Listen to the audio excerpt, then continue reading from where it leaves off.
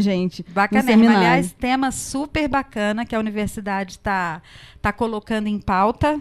E para nós que conhecemos a história da Unifei, que está fazendo 100 anos, é uma grande alegria ver que isso está incluído na pauta da universidade hoje. Até pouco tempo atrás, era uma universidade de engenharia, né, uma faculdade de engenharia que depois se tornou universidade e ganhou outros contornos. A relação da Unifei com a comunidade hoje é muito mais intensa, uma troca muito bacana que há entre a academia e a comunidade que está começando a acontecer.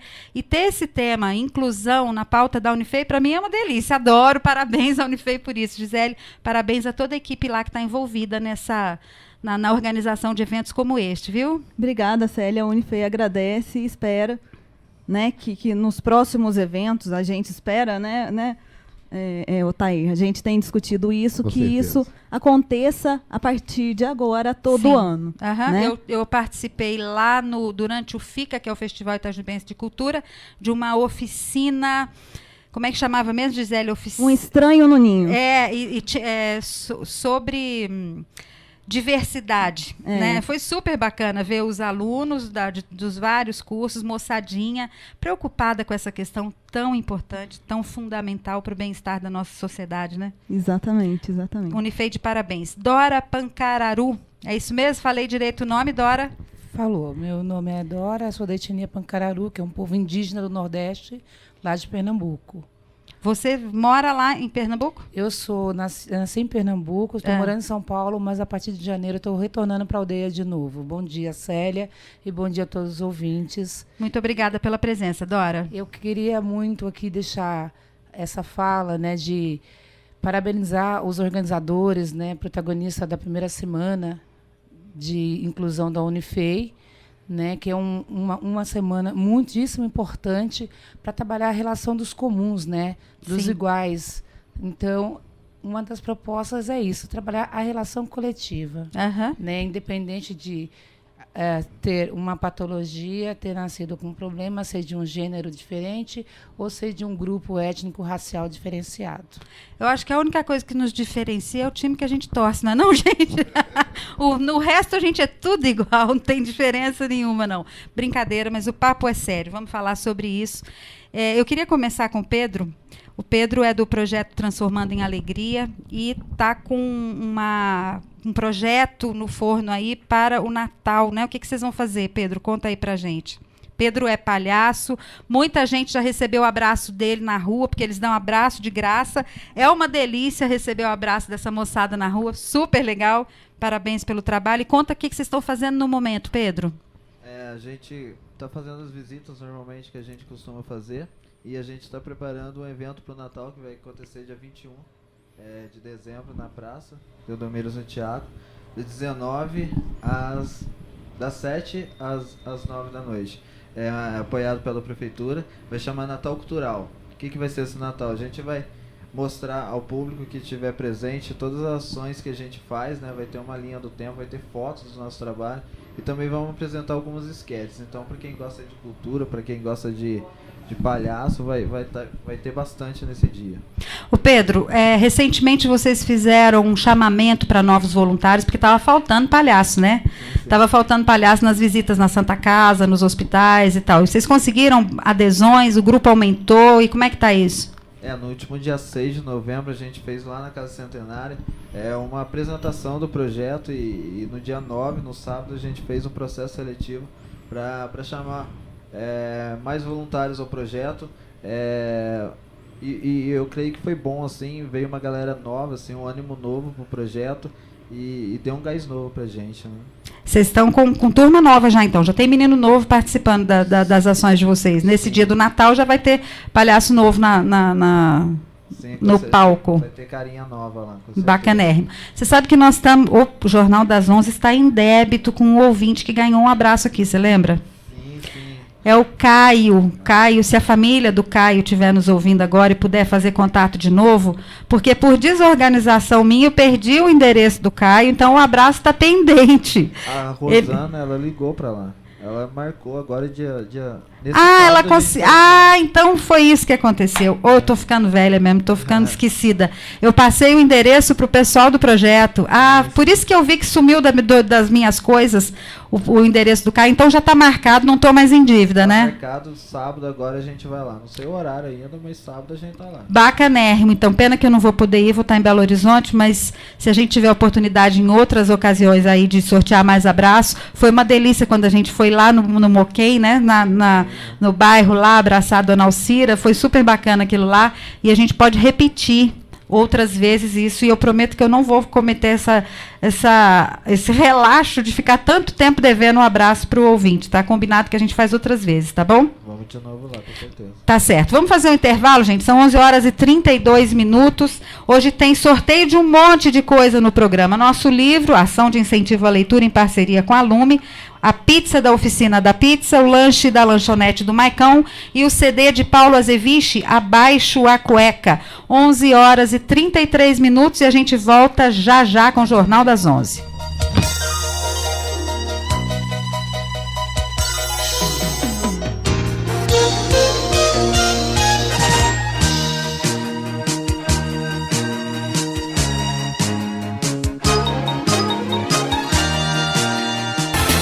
Quer comprar móveis e colchões em até 10 vezes sem juros? O lugar certo é a Móveis Primavera, onde você encontra a qualidade das melhores marcas, preços incomparáveis em até 10 vezes sem juros no cartão ou 5 vezes no crediário. Móveis Primavera, telefone 3622-0535, 3622-0535. Acesse nosso site www.móveisprimavera.com. Móveis Primavera, Rua Antônio Salomão, 191, perto do Bosquinho. O Instituto Educacional Livre Ofício informa que estão abertas as inscrições para o concurso de bolsas para o curso técnico em qualidade. Informe-se no site www.livreoficio.com. Concurso de bolsas para curso técnico em qualidade no Instituto Educacional Livre Ofício em Itajubá, Santa Rita e Pouso Alegre. Inscrições até 6 de dezembro. Ligue 3623-5068 ou acesse www.livreoficio.com. Mais de 250 mil profissionais indicam Uninter. Somos referência em qualidade de ensino no Brasil. É a única instituição com 2 alunos de graduação à distância com maior nota do Brasil no ENAD. No Uninter, você concilia os estudos com o seu dia a dia. Graduação e pós à distância com mensalidades que cabem no seu bolso, materiais didáticos inclusos e todo o suporte e tecnologia para você. Mais informações no Instituto Livre Ofício em Itajubá, Santa Rita e Pouso Alegre. Acesse o site www.livreoficio.com ou ligue 3623-5068. Antes a gente aprendia e nem sabia para que ia servir aquilo que estava aprendendo. Hoje, para meu filho que está no ensino médio aqui em Itajubá, eu quero uma escola moderna, inovadora, para que ele possa saber aonde irá usar o que aprende. A escola que eu quero é Livre Ofício. Informe-se sobre o concurso de bolsas para o ensino médio inovador Livre Ofício no site www.livreoficio.com ou pelo telefone 3623-5068. Inscrições até o dia 22 de novembro. Ligue 3623-5068.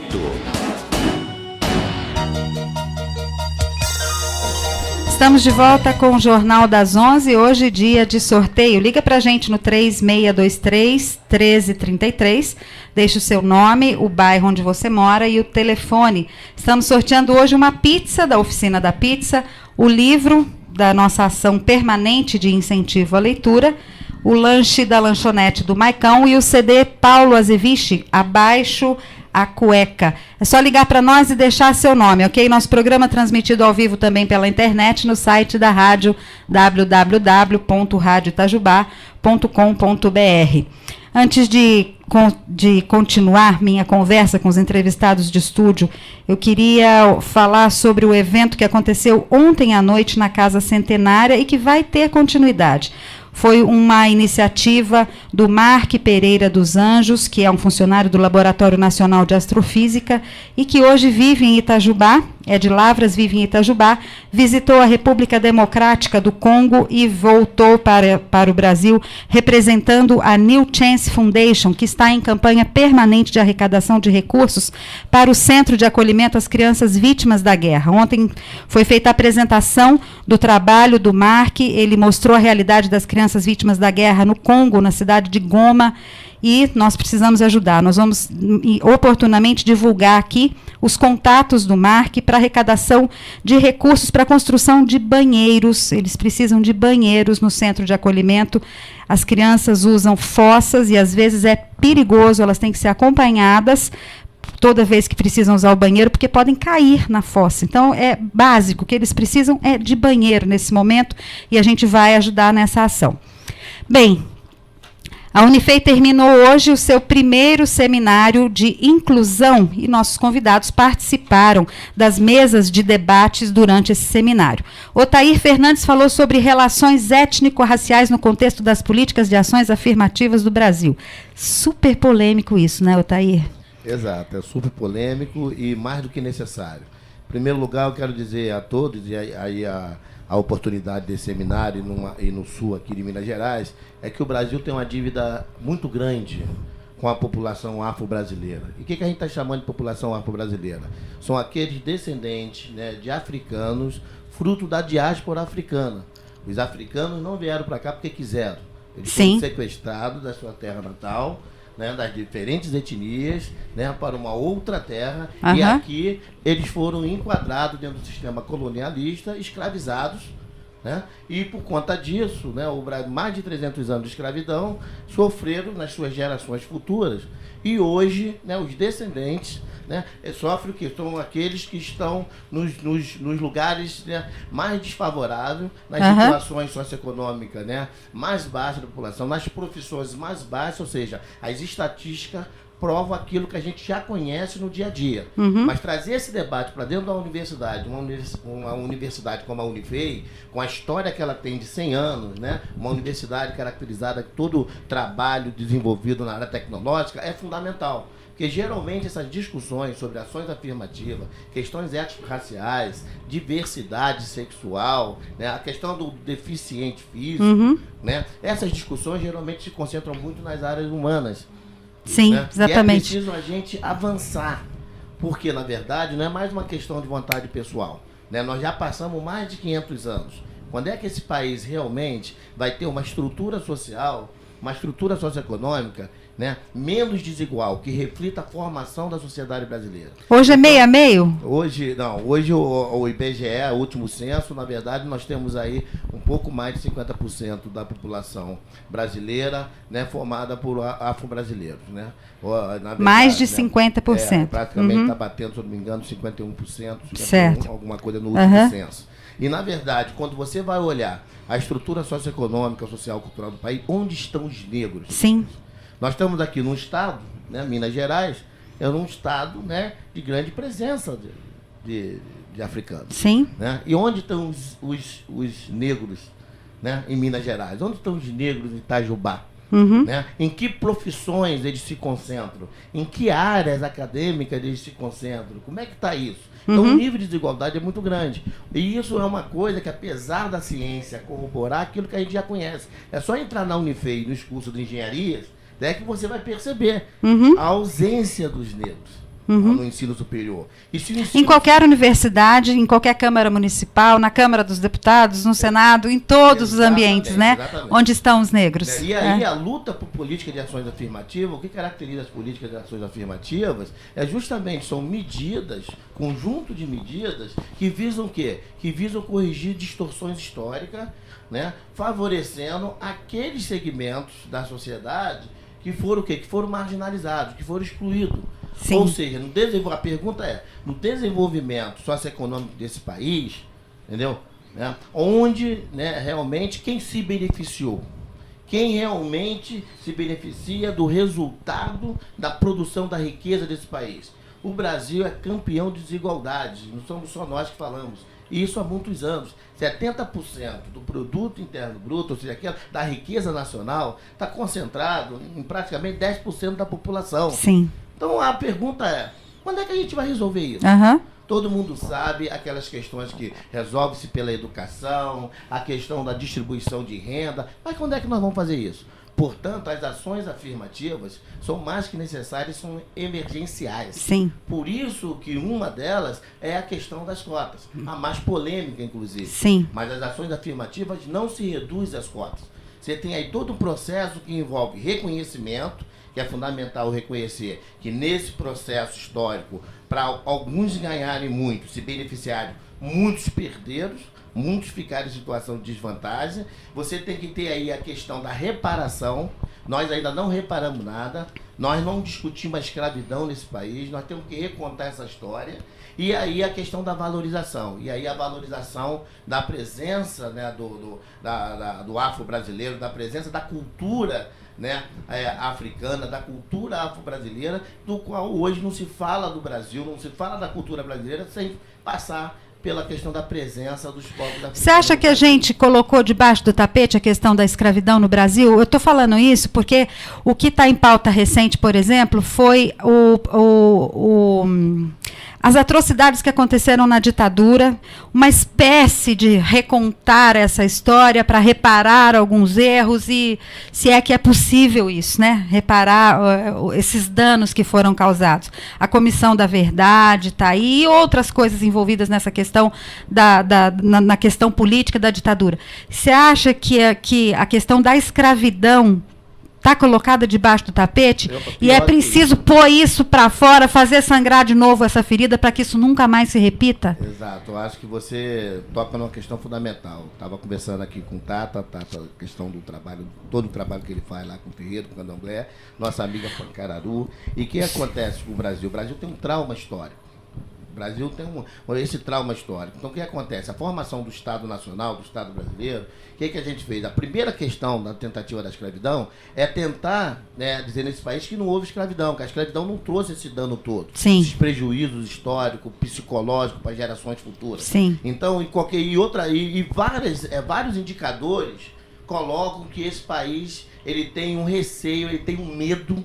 A elite brasileira tem um medo de tratar dessas questões, de trazer essas questões à tona. Só que elas são reais e concretas. Por exemplo, nós falamos do Holocausto. Ninguém tem dúvida do que foi o absurdo do Holocausto. Então você tem o Museu do Holocausto. Sim. Tá entendendo? Ninguém tem dúvida, né, da atrocidade, né, da questão da ditadura. Agora, a escravidão. Mais de 300 anos. Entendeu? Por que a gente não toca? Porque quando chega na questão étnico-racial, na questão do negro, as questões são mais polêmicas. Sim. As pessoas resistem.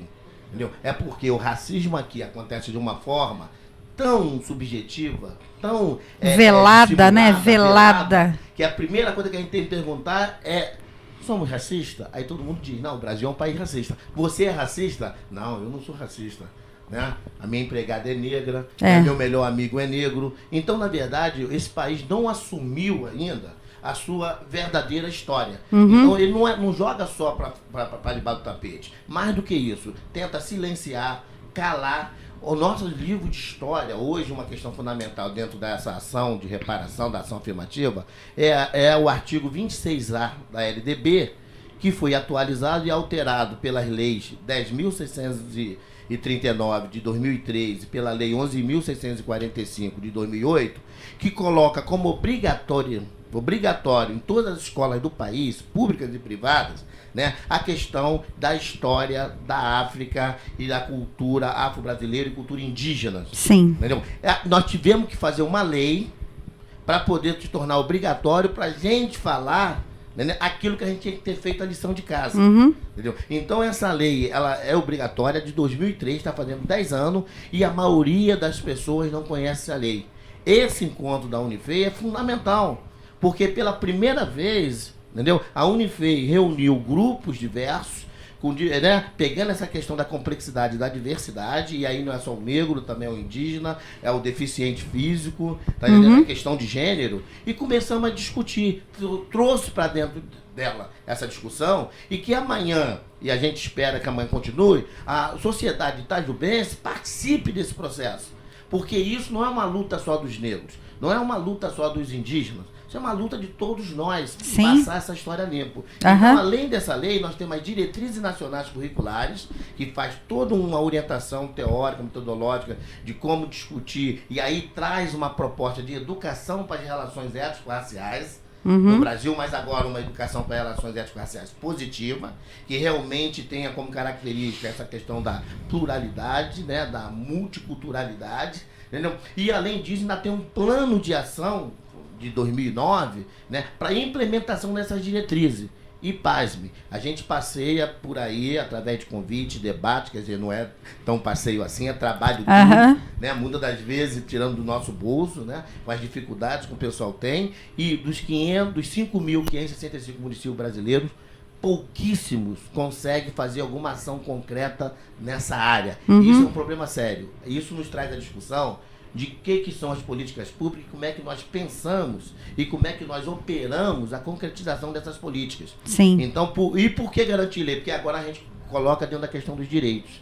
Então, eu acho que a Unifei, mais uma vez, esse grupo dentro da Unifei, espero que amanhã a instituição como um todo assuma isso, porque estamos atrasados, é importante dizer, estamos atrasados. Esse debate já está aí. Nós que estamos nessa história, o Tata está aqui, a Pacararu está aqui, nós estamos nesse processo já há muito tempo, entendeu? Processo de constituinte, processo de democratização desse país. Essa discussão já está colocada, a questão de gênero, étnico-racial, tá entendendo? A questão dos deficientes. Ontem mesmo eu estava lembrando do debate que eu fui do Movimento Pró-Participação Popular na Constituinte. Quer dizer, consagramos na Constituição, no texto constitucional, os direitos sociais, esses direitos fundamentais, mas a maior parte da população brasileira ainda continua alienada nesse sentido, né? E mais do que isso, resistente. Sim. O que nos chama a atenção de como é que o racismo opera entre nós. Então, por conta dessas discussões de cotas, mais polêmicas, etc., nós fomos acusados por alguns teóricos, alguns conservadores, inclusive historiadores, que a gente estava querendo racializar a sociedade brasileira.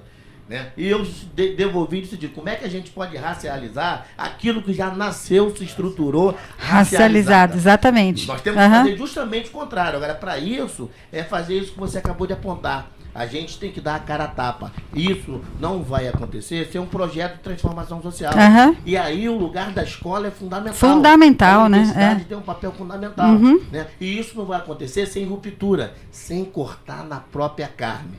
Então tem um samba da Beth Carvalho, que a gente trabalha com a questão do samba, da cultura imaterial, né, que diz, é preciso atitude, né, para se assumir a negritude, para ser muito mais Brasil. Então, um tempo atrás, a escravidão ela foi, na verdade, né, silenciada, o Brasil não se assumia enquanto negro, as elites brasileiras não se assumiam enquanto negro, procuraram silenciar a nossa história, no nosso livro de história, né, como é que o negro aparece no imaginário social, a gente reflete uma série de preconceitos em relação ao negro, né, nas nossas piadas, nas relações do dia a dia, e as pessoas acham normal, mas na hora de assumir mesmo a discussão, né, e dizer que o Brasil tem preconceito racial, de gênero, é homofóbico, tá entendendo? Então tem uma lógica de exclusão, né, que é historicamente estruturante na sociedade brasileira.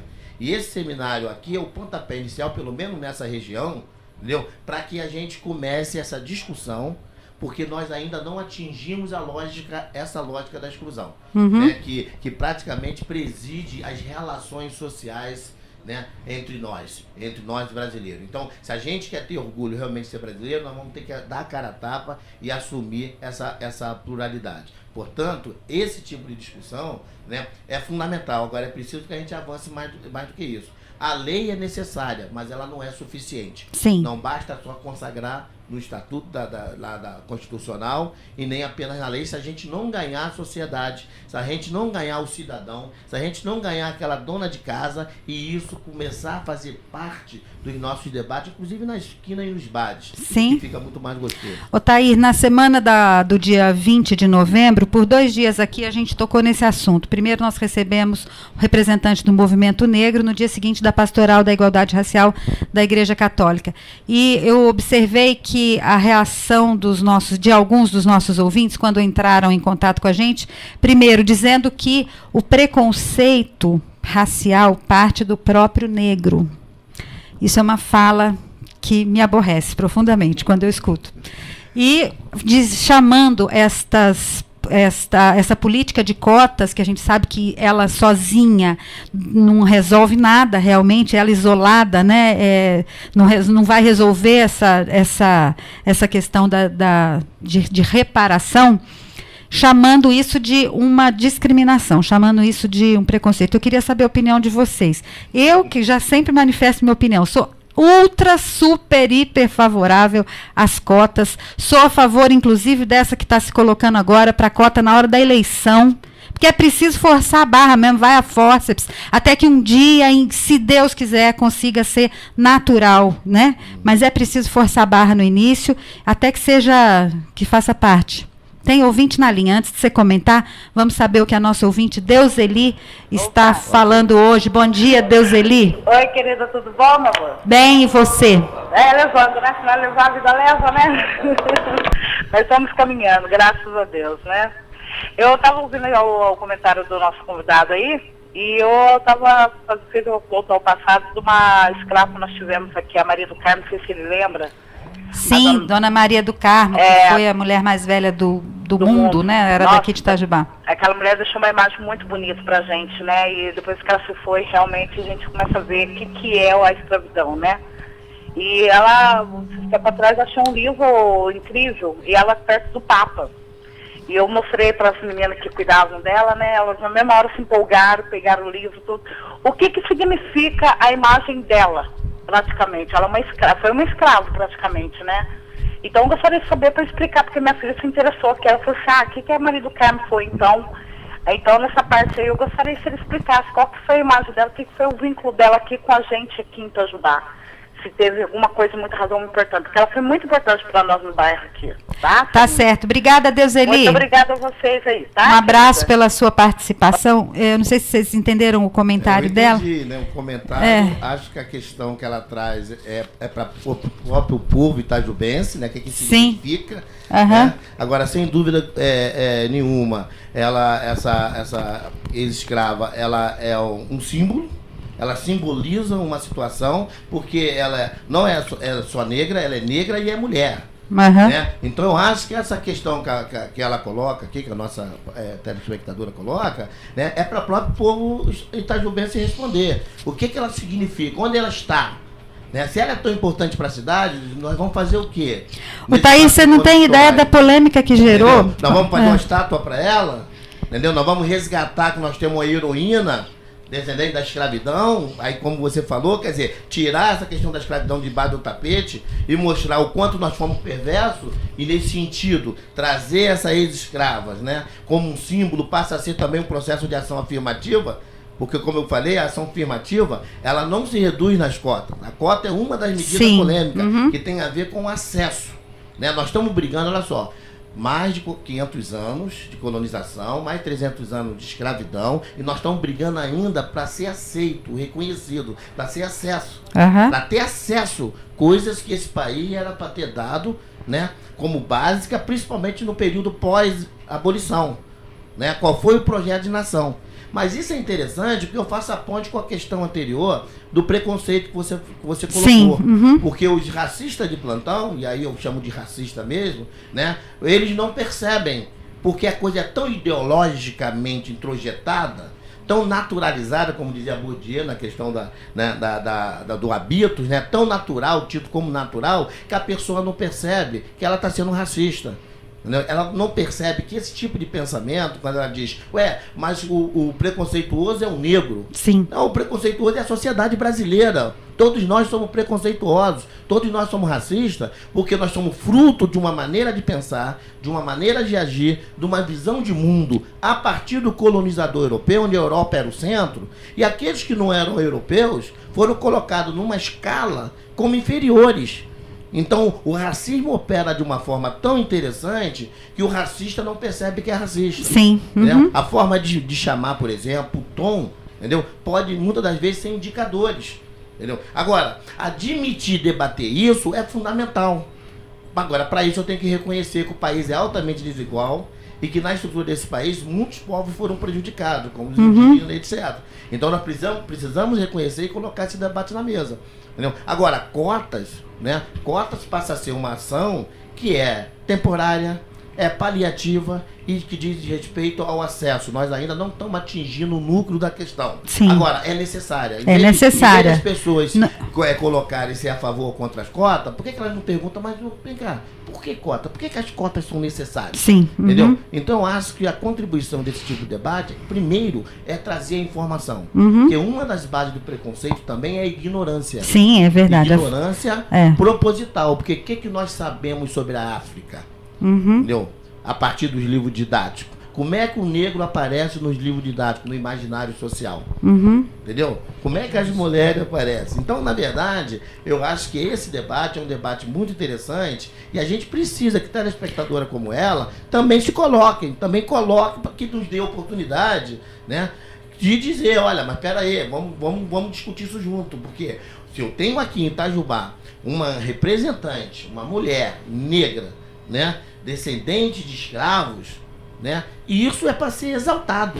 Então, Otair, nesse caso dessa senhora que a Deuseli citou, foi Dona Maria do Carmo Jerônimo, que faleceu aos 128 anos. Nossa. Ela foi a mulher mais velha do Brasil, no Guinness, não sei se chegou a estar no Guinness, mas enfim, mulher mais velha do mundo, não do Brasil, do mundo. E você não tem ideia da polêmica que causou quando foi colocado em pauta na Câmara Municipal o título de cidadania a ela, porque ela não nasceu em Itajubá, nasceu em Carmo de Minas, se não me engano, e foi negado o título a ela. A Câmara não aprovou o título de cidadania Itajubá. Isso foi uma polêmica na época, eu nem morava aqui, mas eu sei que isso gerou, eu nem sei que tipo de desconforto que gerou, para falar a verdade, se foi ter recusado, eu não sei. Precisava discutir profundamente o que aquele ato significou, não é verdade? É isso. Queria te contextualizar nessa história aí de Itajubá. Só passando rapidinho, que eu preciso que os outros também se colocam, eu acho que eu já estou falando muito, é o seguinte, eu acho que nesse momento aí, a Câmara de Itajubá e o povo itajubense perdeu uma bela oportunidade de fazer isso que a gente está chamando de ações afirmativas, né? De fazer isso que a gente está chamando de reconhecimento, entendeu? De reparação, né? E de valorização. E essa atitude tomada mostra o quanto nós somos racistas. Mostra o quanto, porque existe aquilo que a gente chama de racismo institucional. Entendeu? As pessoas nem sabem direito por quê. Mas como elas foram formadas com essa concepção de mundo, né? A maneira de pensar, a emoção, por que causa desconforto? Porque é uma negra. É uma ex-escrava.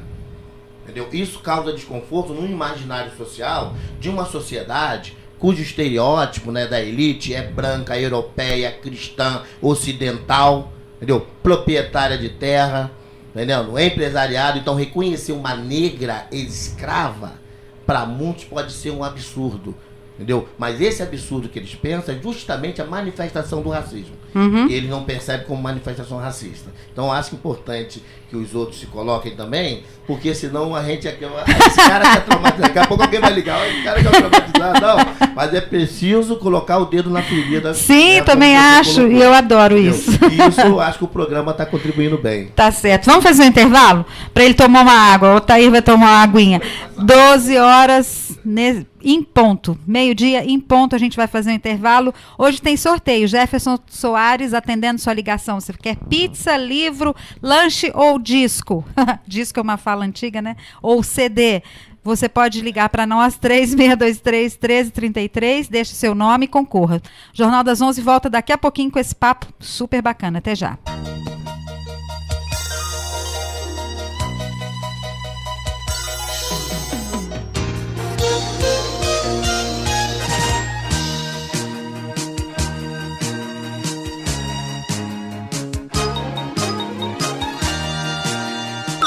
Rádio Itajubá. Acesse radioitajubá.com.br. Notícias atualizadas, música e entretenimento. Rádio Itajubá, a rádio da cidade, indo mais longe para ficar mais perto de você. Quer comprar móveis e colchões em até 10 vezes sem juros? O lugar certo é a Móveis Primavera, onde você encontra a qualidade das melhores marcas, preços incomparáveis em até 10 vezes sem juros no cartão ou 5 vezes no crediário. Móveis Primavera, telefone 3622 0535 3622 0535. Acesse nosso site www.moveisprimavera.com. Móveis Primavera, Rua Antônio Salomão, 191, perto do Bosquinho. Conheça o curso técnico em qualidade do Instituto Livre Ofício. Agende uma aula grátis e entenda como os profissionais da área de qualidade ajudam instituições e empresas a melhorar seus produtos e serviços. Seja um técnico em qualidade certificado pelo Instituto Livre Ofício, em Itajubá, dentro do SESI, ao lado da rodoviária. Mais informações no site www.livreoficio.com ou ligue 3623-5068. Mais de 250 mil profissionais indicam Uninter. Somos referência em qualidade de ensino no Brasil. É a única instituição com 2 alunos de graduação à distância com maior nota do Brasil no ENAD. No Uninter, você concilia os estudos com o seu dia a dia. Graduação e pós à distância com mensalidades que cabem no seu bolso, materiais didáticos inclusos e todo o suporte e tecnologia para você. Mais informações no Instituto Livre Ofício em Itajubá, Santa Rita e Pouso Alegre. Acesse o site www.livreoficio.com ou ligue 3623-5068. Antes a gente aprendia e nem sabia para que ia servir aquilo que estava aprendendo. Hoje, para meu filho que está no ensino médio aqui em Itajubá, eu quero uma escola moderna, inovadora, para que ele possa saber aonde irá usar o que aprende. A escola que eu quero é Livre Ofício. Informe-se sobre o concurso de bolsas para o ensino médio inovador Livre Ofício no site www.livreoficio.com ou pelo telefone 3623-5068. Inscrições até o dia 22 de novembro. Ligue 3623-5068. 1060 kHz. Rádio Itajubá. Ligada em você.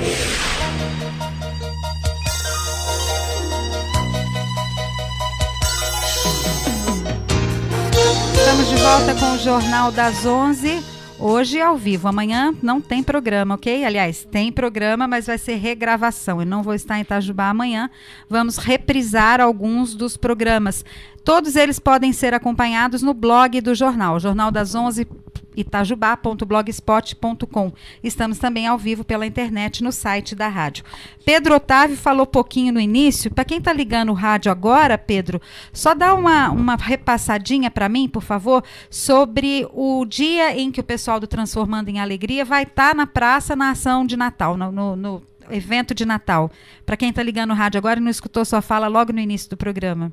Vai ser dia 21 de dezembro, num sábado à noite, das 7 às 9 horas da noite. Lá na Praça Teodomiro Santiago. Isso. É isso. Olha só, gente, o pessoal do Transformando em Alegria recebe doações de pancake, né, o Pedro? Batom, pasta d'água para pintar a cara de palhaço. Vocês estão fazendo isso com o dinheiro de vocês, né? Sim, nariz vermelho também é bom. Nariz vermelho, isso. A gente queria aproveitar a oportunidade também para esse evento. A gente está precisando de balas, porque a gente vai... Bala? Bala, se alguém quiser ajudar. As distribuidoras de doces aí da cidade, ó, vamos ajudar. Pode deixar na Casa Centenária, tá ok? Isso, é um ponto de referência que vocês têm se encontrado já lá na Casa Centenária, tem feito os ensaios e as reuniões.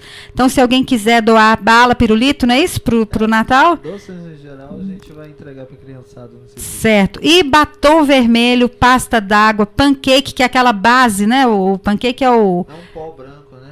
É o pó branco que é o pancake? Isso, para dar base na cara. Tá. E lápis preto também para fazer o contorno. O pessoal do Transformando em Alegria aceita esse tipo de doação e a Casa Centenária pode ser um ponto de coleta. Bem, continuando a prosa sobre o primeiro seminário de inclusão promovido pela Universidade Federal de Itajubá, que se encerra hoje, né? Hoje é o último dia, né, Gisele? Isso, hoje é o último dia. Tem evento à tarde? Não. Atividade à tarde? Não teremos evento à tarde. Tá. Teve início na terça-feira, né? Quarta-feira, e hoje a gente encerra as atividades agora meio-dia. Tá certo. O Otair Fernandes era quem estava falando. Você que estava ouvindo aí era o Otair Fernandes, carioca, vascaíno, que estava falando. É, vascaíno, não é? Sofredor. Tem que falar no Tem que falar no microfone, Otair. Vai lá. Primeiro time... Só lembrando, primeiro time, né, na história lá do Vasco, primeiro time, né, o Vasco é de São Cristóvão, ali perto ali do Cais do Porto do Rio de Janeiro, que foi uma área habitada por negros, né, por uma pequena África ali, o Cais da Praça Mauá, e o Vasco assumiu, né, a questão do negro jogar futebol no Rio de Janeiro, e por isso foi até discriminado, né, saiu do campeonato da primeira divisão, né, lá nos idos dos anos, né, 30, 40, e o Vasco tem uma relação, apesar de ser, né, da questão do português, tem uma relação muito interessante com essa questão étnico-racial. Eu quero também informar que eu faço parte do Laboratório de Estudo Afro-Brasileiro, né, e Indígena da Universidade Federal Rural do Rio de Janeiro, né, sou lá da Baixada, do campo em Nova Iguaçu. Então, acho que saber de onde a gente fala e qual lugar a gente fala, eu acho que é importante. Deixa eu só fazer um comentário. Vocês se lembram da novela Lado a Lado, que a Globo colocou? Estava correta a abordagem da novela, na opinião de vocês? Mostrou o início do futebol, o início da vida na vida no morro, né? E agora ganhou um prêmio não sei, acho que foi o Grammy Internacional, a novela Lado a Lado, que ganhou. E mostrou justamente esse início do futebol. E o Otair dizendo aí que o Vasco foi o primeiro time a admitir negros nos seus quadros. O Valmir Damasceno, que é coordenador de política de promoção da igualdade racial da Prefeitura de Itapecerica da Serra, bacana que a Prefeitura tenha um departamento sobre isso. Não é muito comum, né, Valmir? Não Itajubá não tem, na nossa Prefeitura não tem isso. Não é muito comum, Célia, e muito mais para as autoridades, para a classe dominante, quando esse departamento, esse cargo, essa coordenadoria é assumida por um representante de religião de matriz africana. Uhum. Nós vamos falar sobre essa questão da liberdade religiosa. Eu queria saber se existe mesmo essa liberdade religiosa de verdade aqui no Brasil, mas antes disso tem ouvinte na linha para participar do bate-papo. Bom dia. Tem ouvinte na linha, é isso? Bom dia. Bom dia. Quem fala? É a tia Nessa linha. Oi, como vai a senhora? Tudo bem? Do bairro Graças Pessegueiro. a Deus, melhor agora, falando com você. Ah, é um prazer falar com a senhora, dona Ney. Muito obrigada. Então, deixa eu falar pra você, Celinho. Aquela história daquela senhorinha sofrida, escrava. Dona Maria do Carmo. É, Dona Maria do Carmo. Deixa eu falar pra você.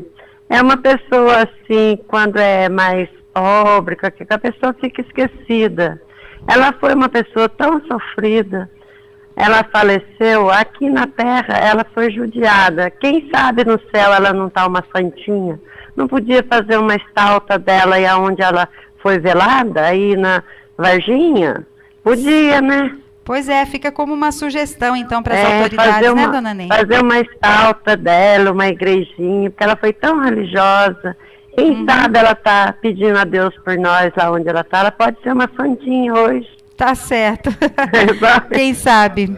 Tá Quem certo. sabe, né? Porque ela foi sofrida, ela foi. É verdade. Obrigada, viu, dona Ney, pela participação da senhora. Fica com Deus. Fica com Deus também, um abraço. Ela falou de... Obrigada, dona Ney. Ela falou de Deus, falou de Santinha. Vamos pegar o gancho aí na fala do Valmir Damasceno no seminário, né, de hoje, que é sobre as religiões de matriz africana, manutenção e preservação da cultura bantu. É bantu no Brasil. Tem liberdade religiosa no Brasil? É possível fazer... tem preconceito contra o candomblé, contra a umbanda, contra a quimbanda? Tem ainda? É possível ter liberdade. É. Se todos se mandarem num propósito de consciência, de romper essa coisa que ainda se perdura, que é a tal intolerância religiosa. Tá ok? Agora isso. Agora tá bom seu microfone, Valmir. Podemos ter liberdade, né? Sabemos que com frequência existe terreiros, por exemplo, na Baixada Fluminense, né? Terreiros invadidos, quebrados, em São Paulo. Atacados mesmo por gente que é contra... Para você ter uma ideia, em São Paulo, se um vizinho que não se coaduna com a sua crença, ele simplesmente liga 190 ou um programa que tem na prefeitura. Eu acho que tem que trocar o microfone, Valmir. Tá com algum problema aí? põe esse com fio. Ou um programa. Ok, agora está falando. Ou um programa que tem na Prefeitura de São Paulo chamado PCIO, se alguém acionar, aí chega a GCM, a Guarda Civil Metropolitana, e a Polícia Militar já chega invadindo, quebrando tudo. Mas a acusação é de quê? De perturbação do sossego? De perturbação do sossego, entre aspas. Né? Quer dizer, você acha que por trás disso não... Não, de forma alguma. Está nítida o crime de intolerância, né? Sim. E a nossa luta não é porque nós sejamos simplesmente tolerados. Nossa luta é para que nós sejamos respeitados enquanto patrimônio cultural deste país. E essa discussão que a Unifei traz, né, no sul de Minas, num seminário dessa magnitude, dessa importância, é muito interessante, porque vem mostrar para a sociedade que aqui tem a bantuidade. Minas, Célia, é um estado eminentemente banto, de tradições banto. Aqui se ficou raízes de povos africanos banto. Mas a gente tem tão pouca informação, você vê que eu não sabia nem falar o nome disso, não sabia se era banto ou bantu? Aqui você tem pouquíssima informação, Valmir. Você não tem aqui terreiro, mas você tem congada, você tem folia de reis, você tem aquela cultura da rezadeira, da benzedeira, das pessoas que têm a sua ancestralidade e de posse dessa ancestralidade orienta e ajuda outrem. Né? E isso está presente muito em Minas. O jeito de ser o mineiro é banto. E para você ter uma ideia, o maior contingente de terreiros de candomblé de feição banto é Belo Horizonte. Né? Você tem, por exemplo, na Bahia... Deixa eu só fazer uma pausa. Pedir a dona Nem, que acabou de ligar, ela travou a linha sem querer do nosso telefone, dona Nem. Se a senhora estiver nos ouvindo aí, talvez tenha deixado o telefone fora do gancho. Se a senhora puder dar uma checada aí para nós, para o pessoal poder continuar ligando para nós, até porque tem sorteio. Além de querer participar, o pessoal quer participar da conversa, quer também participar do sorteio, dona Nem. Dá uma olhada aí no telefone, obrigada. Desculpa te interromper, Valmir. Não, todo mundo sabe que na Bahia, eu costumo dizer que a Bahia é a Roma Negra, é o Vaticano do candomblé. Né? E de lá se originou diversas culturas africanas e ali se estabeleceu terreiros de diferentes povos africanos. Se estabeleceu o terreiro de Angola, que são de feição banto, se estabeleceu o terreiro de tradição iorubá, que cultua os orixás, e terreiros de origem fon, que cultua os voduns. Mas esses bantos se espalharam mais para a região sudeste do país, que ficou entre o Rio de Janeiro, Minas Gerais e São Paulo. Tanto que a maior, segundo dados históricos, a maior praça banto deste país é o Rio de Janeiro. Né? E é onde se estabeleceu várias casas de matriz, de cultura de matriz banto. Quer dizer, se fala banto, talvez a pessoa não possa entender o que é isso. E o banto é o que é o brasileiro. Por exemplo, você chama a pessoa de nega. Isso esse termo é de origem banto. Sim. Moleque é de origem banto.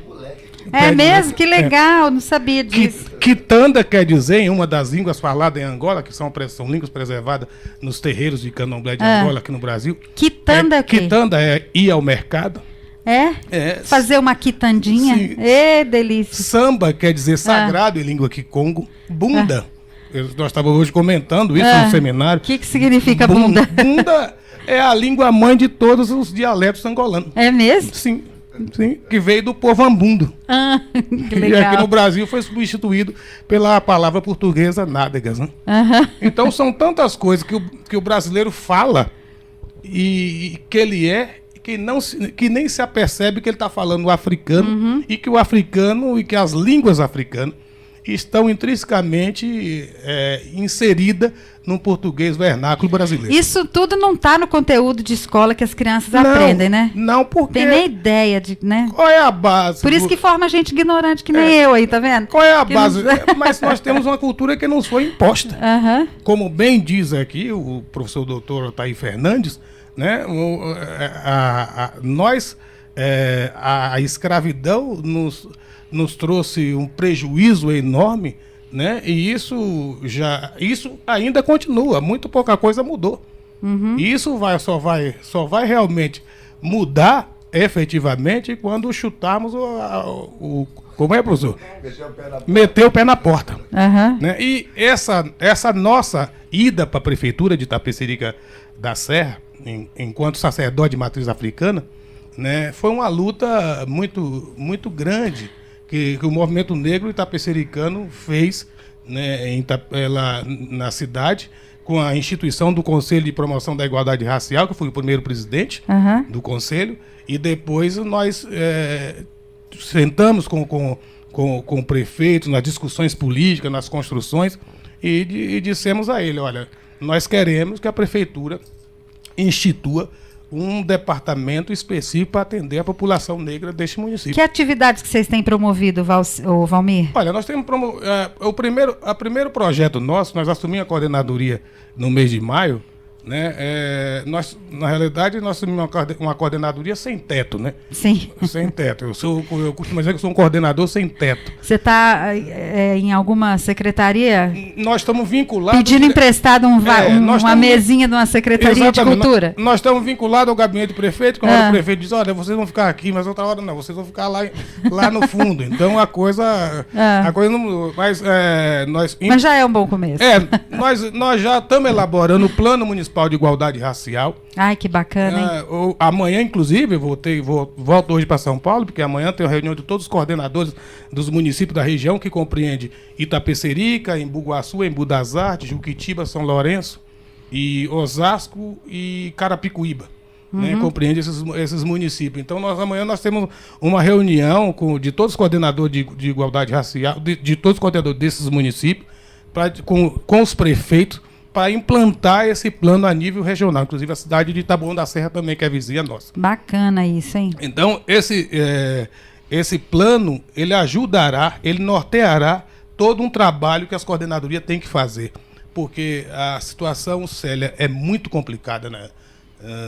Hoje, Itapecerica, eu que não sou de lá, eu costumo dizer que eu sou um solteiro paulistano. Você baiano. É de onde? Eu sou baiano. Eu baiano. Solteiro paulistano hoje em dia, né? Como é que fala? Solteiro paulistano. Eu que me apelido assim. Sim. Porque o solteiro paulistano é o baiano de Salvador. Né? E como eu migrei para São Paulo, eu sou solteiro paulistano.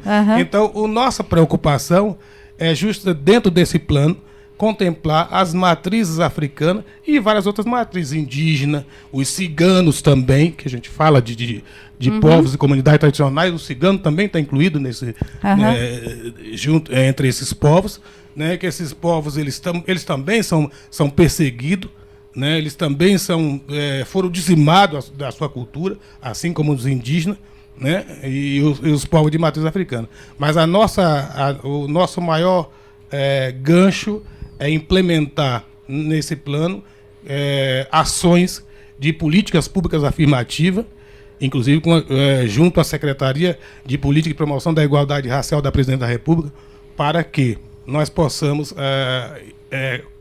implantar nos municípios cursos de capacitação para a população negra. A questão da saúde da população negra também está dentro da nossa proposta de trabalho e de ação. Tá certo. A Dora Pancararu participou do seminário falando sobre a resistência, os desafios e as conquistas da luta indígena do povo Pancararu. Fala um pouquinho para mim do povo Pancararu, porque como eu acabei de dizer pro Valmir, eu sou ignorante de pai e mãe nesses assuntos. Conheço nada sobre isso. Eu queria saber um pouco sobre isso, Dora. Então, o povo Pancararu, Célia, ele é de origem pernambucana, a gente é lá do sertão do Pernambuco, né? Fica entre os municípios de Jatobá, Tacaratu e Petrolândia. Na verdade, fica dentro do estado brasileiro, que ninguém faz nada também. Né? E a gente fica nessa questão de resistência, porque, assim como já foi dito no processo de colonização, os Pancararus foram colonizados, meus antepassados foram colonizados, né? Foram escravos. Na verdade, eu não posso nem dizer isso, porque é crime dizer que os indígenas foram escravos. Não, tem que dizer que os caboclos foram escravos. Foi assim que a gente aprendeu desde criança que os fazendeiros, o pessoal da Estrada de Ferro, que andava com os pretos, né, Esse era o termo antigamente usado, que os pretos que andavam na estrada de ferro, eles tinham donos, né? Então, esses donos passaram a ser donos da gente também, quando no processo a gente tinha o idioma falado de origem, né? A linguagem era diferente. A gente, a partir desse processo de colonização, escravidão no Nordeste brasileiro, a maioria dos indígenas do Nordeste brasileiro foram escravizados, assim como os Pancararu, perdendo uma parte da sua história, que é o seu idioma. Né? Ou você fala como a gente fala, ou todos eram mortos, como muitos foram mortos. Né? Então, o povo Pancararu, ele resiste, assim como toda a nação indígena, todas as minorias que são vistas como invisíveis. É mais fácil o Estado brasileiro falar de invisíveis que não dão trabalho do que mais um para dar trabalho. Sendo que essa correção de trabalho, eles deviam estar vendo exatamente qual que é o conceito de ser problema e dar trabalho ou problema para o Estado. Né? Então, a população indígena, no grande contexto nacional, não somente Pancararu, vem a um grande processo aí, lutando cada dia que passa, até mesmo no século XXI, para sobreviver. O povo do Nordeste indígenas, a gente teve que sofrer, perder algo para estar aqui hoje falando em nome de um povo. Né? No século anterior, ou 2 séculos atrás, né, nós tínhamos isso visto como aconteceu, um fato histórico, né? A gente já vinha com esse pensamento, né? Mas de repente a gente nos dá de frente com aquela imagem antiga que os nossos antigos nos contavam, posso citar o caso de Mato Grosso do Sul, os Guarani Kaiowá, onde hoje estão sendo massacrados por donos de fazenda, latifundiários, são donos do estado do Mato Grosso do Sul, vamos dizer assim, políticos da região. Eu não posso falar isso, porque eu posso amanhã não poder falar mais. Que as pessoas são perseguidas quando falam que o processo de escravidão hoje é tão cruel quanto, porque hoje o massacre está muito evidente, está todo mundo vendo. Né? Diferente de 2 séculos atrás, 3 séculos atrás, a gente hoje ainda tem pessoas que são consideradas não indígenas que também estão dando esse lugar que a Unifei está dando, que estão brigando com a gente por nossos direitos segundo a Constituição, segundo as políticas públicas que nos dão os direitos e os direitos humanos, que diz que a partir do momento que você é gente, você é humano, você tem que lutar por aquilo que lhe pertence, sendo que o humano é tudo igual. Né? E vem essa questão do massacre no século XX, XXI, voltando à tona. Então, a gente continua brigando por sobrevivência, resistindo a todos os desafios que é, principalmente, o direito à vida e a manutenção e continuidade da nossa cultura, costumes diferentes, idiomas para aqueles que ainda têm, diferente, e muito mais da direito aos nossos filhos crescerem. Né? Então, o que eu vejo hoje no século XXI com o Guarani Kaiowá se reporta ao que o meu povo passou lá atrás, só que com outro processo de escravidão e de expulsão de terras. Os povos indígenas do Nordeste, no caso os Pancararu, inclusive, teve que se esconder do Estado brasileiro dentro das suas próprias terras, perdendo suas terras para invasores, né? E 100 anos depois volta e são vistos pelos cientistas acadêmicos, antropólogos estrangeiros que foram chamados, né, para reconhecer os nativos, os canibais, um monte de nome que a gente escuta, inclusive, e aprende isso na escola, né, dados não ideais, né, não são os corretos. Mas que a gente tem que aprender a lidar, e muitas vezes a gente tem que se omitir daquela identidade que a gente é, por não ser, mais uma vez, massacrado, discriminado, desrespeitado. O que a gente, como população, quer é ter respeito e dar respeito. Então, assim, a troca de desafios, a troca de a gente chegar numa conquista, tudo é troca. A gente não quer só pra gente. A gente quer que as pessoas se dêem o respeito, chegue no respeito porque nós nos respeitamos. Né? Como foi falado sobre as ações afirmativas, também a questão dos indígenas nas universidades, nos espaços de ações afirmativas, nos espaços escolares, não é muito bem visto. E, assim, existem políticas públicas aí que a gente conquistou, porém, de cima para baixo, onde a gente tem que cobrar dos nossos educadores não indígenas que eles saibam para poder aplicar de uma forma correta. Na verdade, a gente que tem hoje, no século XXI, os indígenas do século XXI, apesar de estar sofrendo tudo que foi lá atrás, há 500 anos, há 300 anos, a gente vem tentando trabalhar com parcerias, tentar ajudar o colega que também tem a mesma vontade de saber atuar dentro do contexto daquilo que não pertence, o mínimo possível. Né? Então, hoje, a gente não briga com o indígena para não ter o massacre que foi há séculos atrás. A gente briga para ter... para andar junto, para andar do lado, para ser parceiro. E o que os nossos colegas anteriormente disse foi isso, que a gente está atrás de direito à parceria, à igualdade, acesso, à troca, ao acesso como igual, não como diferente. Diferente, sim, no nosso contexto histórico, cultural, religioso, e que cada um povo brasileiro, ele tem a sua diferença. A gente lida com a diferença cotidianamente e respeita as diferenças do homossexual, que no nosso caso, na nossa população, seja ela negra, seja ela religiosa, seja ela indígena, também tem essa questão do homossexualismo. Né? Então não vamos esconder isso, vamos falar a verdade. Só que assim, a realização do prazer é de acordo com cada cultura. E cada a gente não escolhe ser aquilo que a gente quer. A gente nasce, a gente faz parte. E esse momento da Unifei é para dizer, gente, abra o olho. Gente, isso é antigo, tá mais que dito, tá mais que afirmado. Então, vamos trabalhar a aceitação. Esse é o momento. Esse foi um primeiro momento, foi um grande desafio para os protagonistas da universidade. Um pequeno grupo que está aí lutando e não... Vamos dizer assim, que está de plantão 24 horas, porque acredita que a gente pode ter um mundo melhor, onde as pessoas serão pares, serão iguais, não haverão ímpares. Haverá ímpares, sim, no momento que a gente precisar decidir algo importante para todo mundo.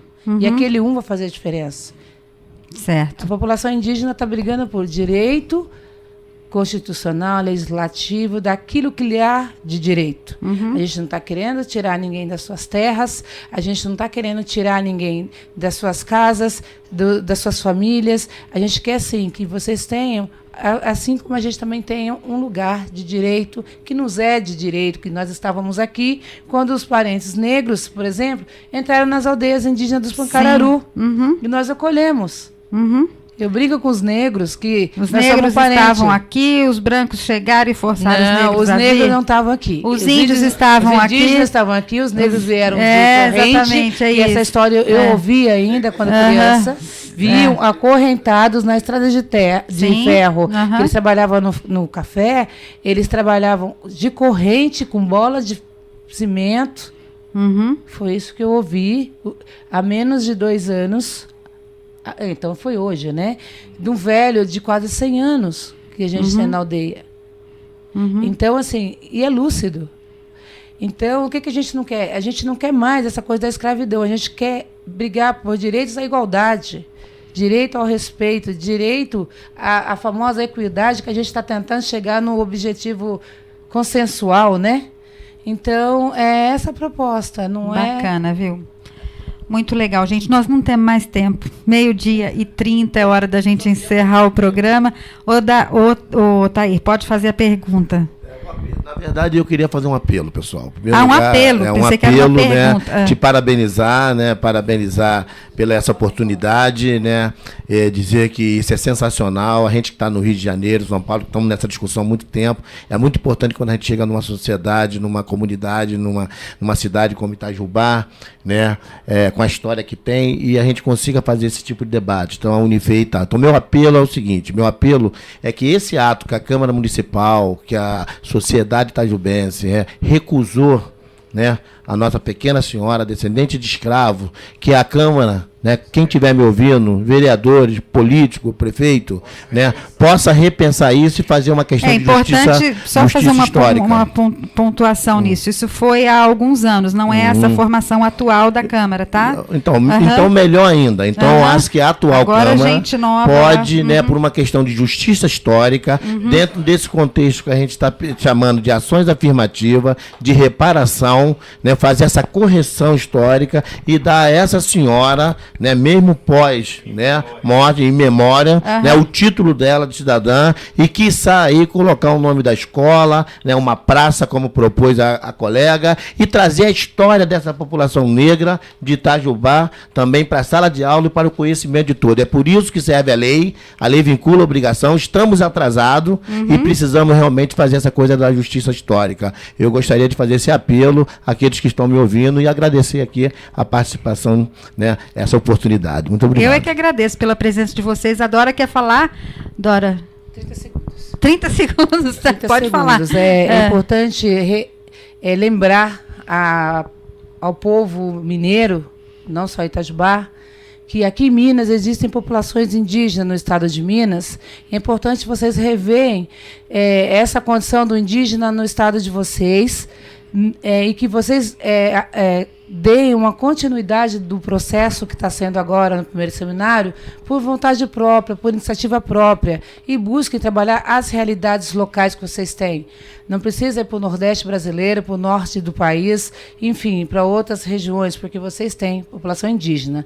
Tanto a escola, como a prefeitura, como, no caso, o nosso governador de Minas deveria, então, buscar outra condição para a população indígena local e ir para a sua população não indígena para ter esse contato mais próximo. E agradecendo ao programa, a Cleide e a Unifei pelo momento aqui em Itajubá, Minas Gerais. Obrigada. Tá certo. Vou registrar a participação do Nelson, ouvinte do bairro Santo Antônio, que dá os parabéns ao programa, dizendo que nós somos um programa democrático. É verdade. Aqui a gente fala de tudo, aqui a pauta é livre. Outro ouvinte está mandando um recado. Ele está dizendo que a chuva fez causar problemas na estrada do bairro Nossa Senhora de Fátima, abriu uma vala, e ele, na verdade, está fazendo aqui um apelo à Secretaria de Obras, porque o pessoal lá do Nossa Senhora de Fátima está com dificuldade de passar por esse local. Então, estrago da chuva, o secretário de Obras aí, não sei se já foi lá ver o problema. Outro ouvinte pediu o telefone da Lume Livraria, que é nossa parceira na ação permanente de incentivo à leitura. O telefone da Lume aí, para você que pediu, anote, por favor. 3012-2597. 3012-2597 é o telefone da Lume Cultural, que fica ao lado das lojas 100, no centro da cidade. Temos também uma informação da Receita Federal, que vai estar com um novo horário de atendimento a partir do dia 2 de dezembro. Parte da manhã, das 9 às 10h30, emissão das senhas para atendimento. E na parte da tarde, da 1 às 4h30. Então, é o novo horário de atendimento da Receita Federal do Brasil, Agência de Itajubá, a partir do dia 2 de dezembro. Então, preste atenção, se você precisar dos serviços da Receita, a partir do dia 2, de manhã, das 9 às 10h30, o horário de emissão de senhas, e na parte da tarde, da 1 às 4h30 da tarde, ok? Esse é o recado da Receita Federal. Vamos fazer o sorteio? Nós temos, então, 4 presentes. Vamos começar pela pizza. Agradeço ao Jefferson Soares, da Oficina da Pizza, nossa parceira de toda sexta. Como amanhã não tem programa ao vivo, vamos fazer agora. De 1 a 57, quem está com o microfone, Gisele, de 1 a 57, fala um número. 56. 56, Camila Ribeiro, do bairro Reburjon, ganhou a pizza da Oficina. Jefferson, você já leva o nome dela, tá ok? Amanhã ela pega a pizza, né? Hoje mesmo. Então, hoje, Camila Ribeiro, do Reburjon. O telefone lá da pizzaria é o 3623-2668. Obrigada, viu, Camila, pela sua participação. Vamos ver quem ganhou o lanche da lanchonete do Maicão. Valmir, fala um número de 1 a 57, menos o 56, por favor. Número 13. Número 13 sempre sai aqui, é impressionante. Aliás, é uma pessoa moradora lá do bairro onde está a lanchonete, perfeito. Cristiane Helena Silva, do bairro Nossa Senhora de Fátima, onde fica a lanchonete do Maicão. Então tá facinho de você pegar teu lanche hoje, hein? Obrigada ao Maicão aí pela parceria também. O lanche vai então para a Cristiane Helena Silva. Dora, fala mais um número para mim para ver quem vai ganhar o livro. Todo dia a gente sorteia livro aqui, é uma ação permanente de incentivo à leitura. Livros que a gente recebe, então a gente sorteia livros novos e usados. Livro não tem problema ser usado, pode ser lido, relido 500 vezes, que ele está estando novo, dá para ser lido de novo. Fala um número para mim, por favor, para ver quem vai ganhar o livro. Número 8 é a Maria Aparecida Rodrigues, do bairro Nossa Senhora de Fátima. Maria Aparecida, você pode ir à Lume Cultural, que fica ao lado das lojas 100. Entre os livros de nossa ação, que foram os livros que nós recebemos para este projeto, você pode retirar o que mais lhe agrada. Maria Aparecida Rodrigues, do bairro Nossa Senhora de Fátima. E o CD Abaixo a Cueca, que eu não conheço o conteúdo, do Paulo Azeveich. Fala você, Gisele. 2 CDs? São 2 CDs. Ah, são 2 CDs. Então fala mais um número para mim, Gisele, por favor. Número 7. Número 7, Paulo César Carce. É isso que está escrito aqui? Carce, do bairro da Avenida. Paulo César Carce. Eu vou deixar o seu nome aqui na Rádio Itajubá e você pode pegar o livro do seu xará, Paulo Azeveich. Otair, fala mais um número, último, por favor. Boa ideia, 51, né? 51, vamos ver quem ganhou o outro livro. Só o Pedro que não falou, né, Pedro? Não falou o número hoje, Pedro. Número 51, cadê? Jefferson, cadê? Cadê? Tá na outra folha. O 51, hoje eu estou me perdendo. Beatriz Aparecida Paula Silva, do bairro São Sebastião, ganhou também o CD do Paulo Azeveich. Beatriz Aparecida Paula Silva. Vou fazer minha rodada de despedidas com os meus convidados. Já estou com 7 minutos de atraso para entregar o programa para o Roberto Calado. Pedro Otávio, obrigada pela sua presença mais uma vez aqui. Parabéns pelo trabalho. Um abração para todos os palhacinhos do Transformando em Alegria. Vocês são demais. Obrigada, Pedro. Você, Celi, e aguardamos todos dia 21 lá na praça, das 7 às 9 horas da noite. Tá certo. Obrigada, Otair. Adorei conhecer vocês todos. Muito obrigada. Voltem sempre a Itajubá, porque essa prosa é boa demais e tem que ser cada dia mais aprofundada. Eu que agradeço a oportunidade, né? Quero parabenizar aqui o nosso colega palhaço, dizer que a alegria faz parte da cultura africana, né? Uma das contribuições da sociedade brasileira, e somar forças com a Unifei aí para um encontro desse nível nacional, com maior força, maior potência, e parceria também com a rádio, que eu acho que é importante. Otair, o Pedro também tem uma campanha contra o preconceito contra o palhaço, não é isso? Porque a gente xinga alguém de palhaço, né? Ele falou, mas não é xingamento, palhaço é um elogio. Muito bom, hein?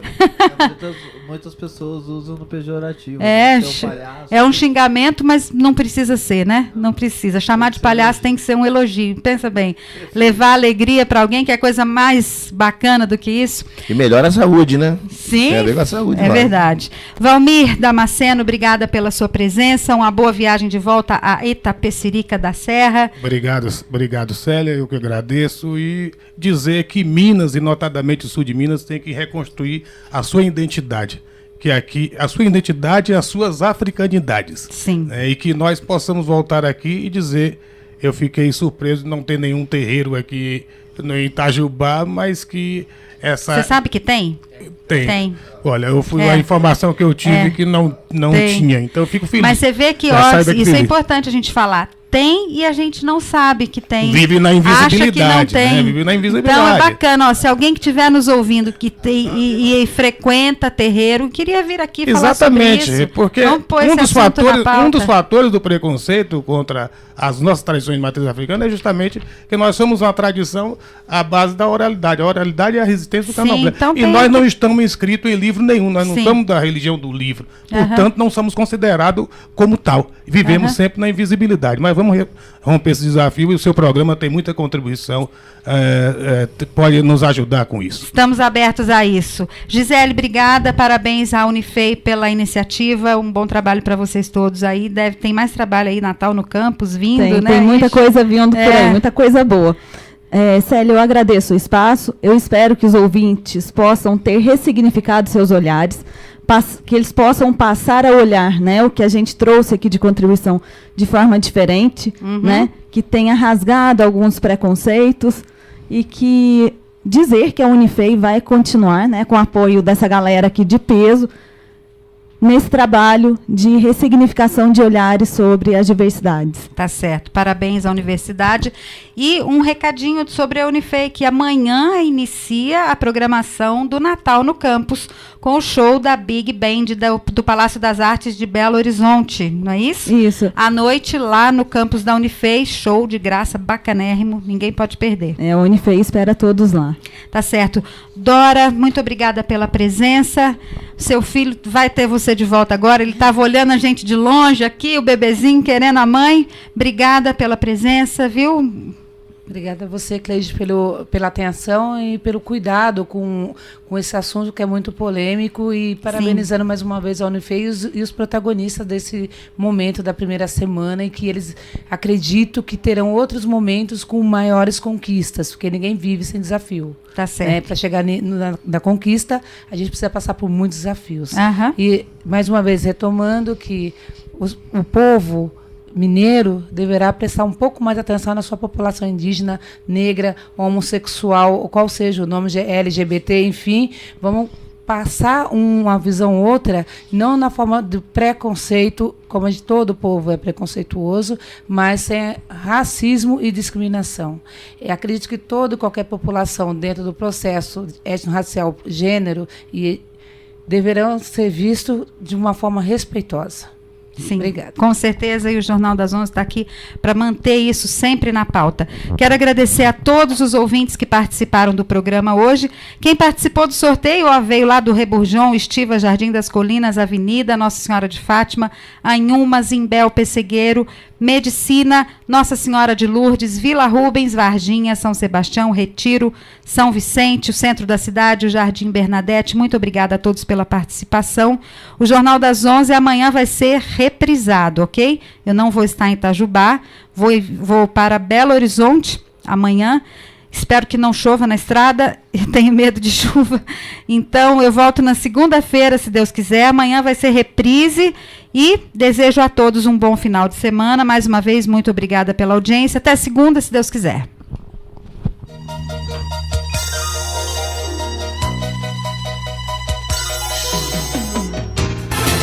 Quer comprar móveis e